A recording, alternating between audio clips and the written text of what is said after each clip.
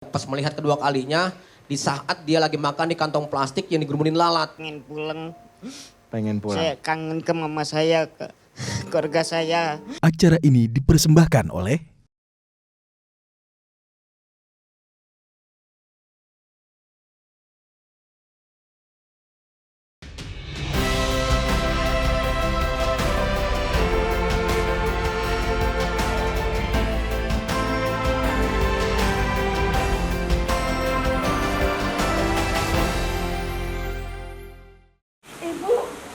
Ibu bukan orang gila.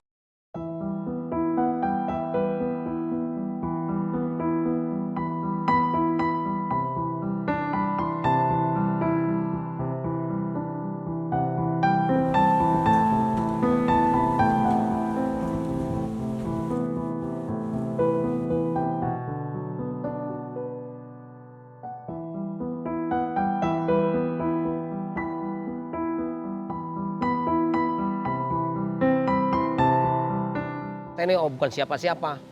Pertama, saya tidak punya kapasitas pendidikan yang memadai. Kedua, tidak punya kapasitas materi. Saya adalah seorang kusir yang betul-betul nggak bedanya dengan tukang beca. Tapi dengan berkat orang-orang seperti ini saya rawat, diangkatlah derajat saya.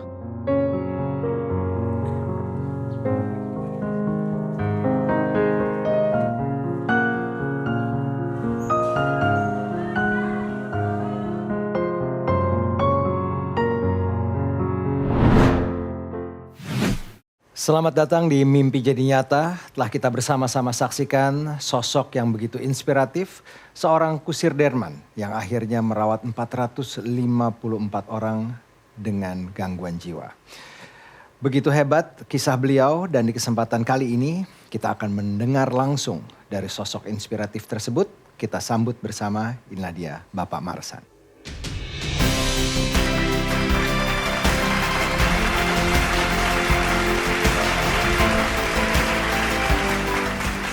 Selamat datang Pak Marsan, apa kabar?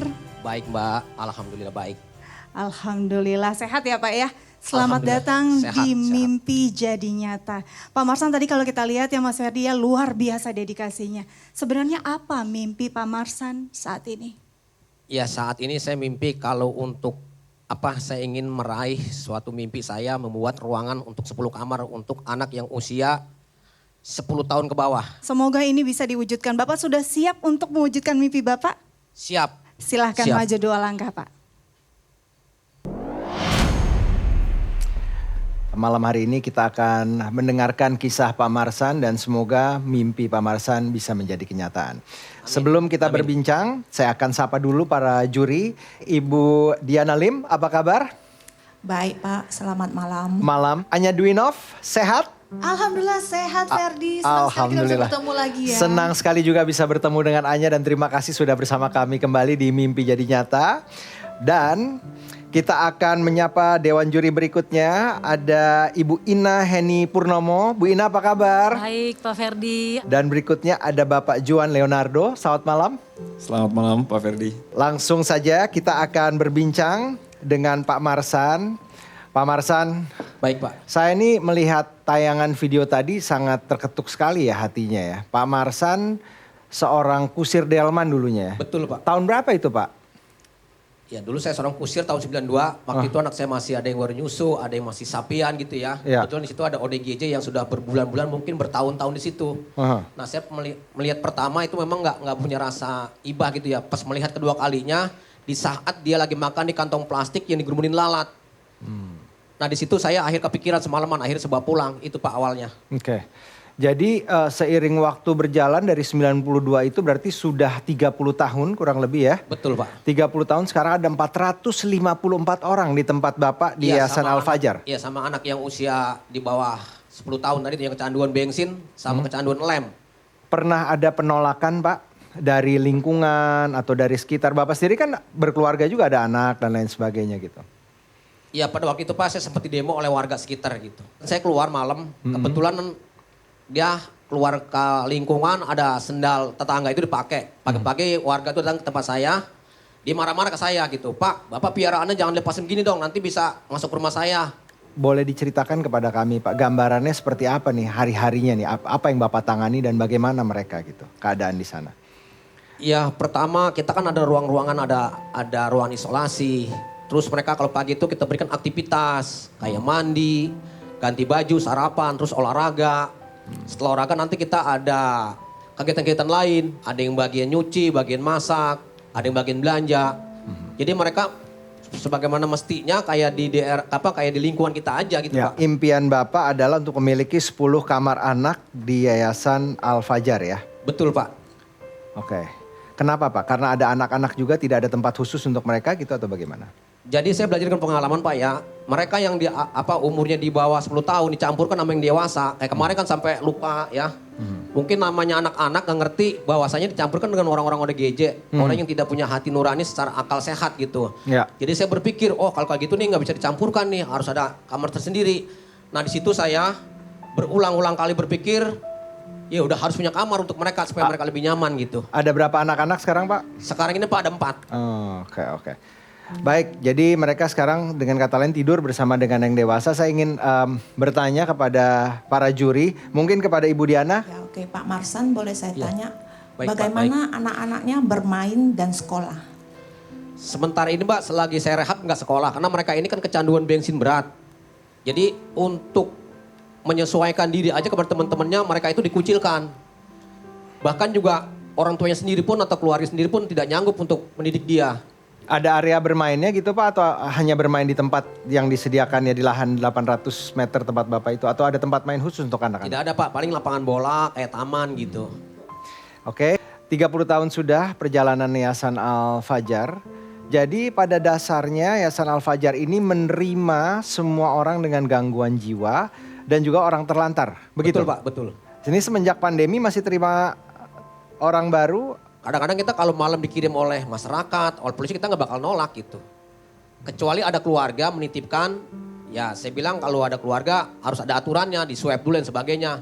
Tapi kalau orang dari jalan atau orang yang lagi dipasung itu ya saya jemput itu kita nggak pernah menolak.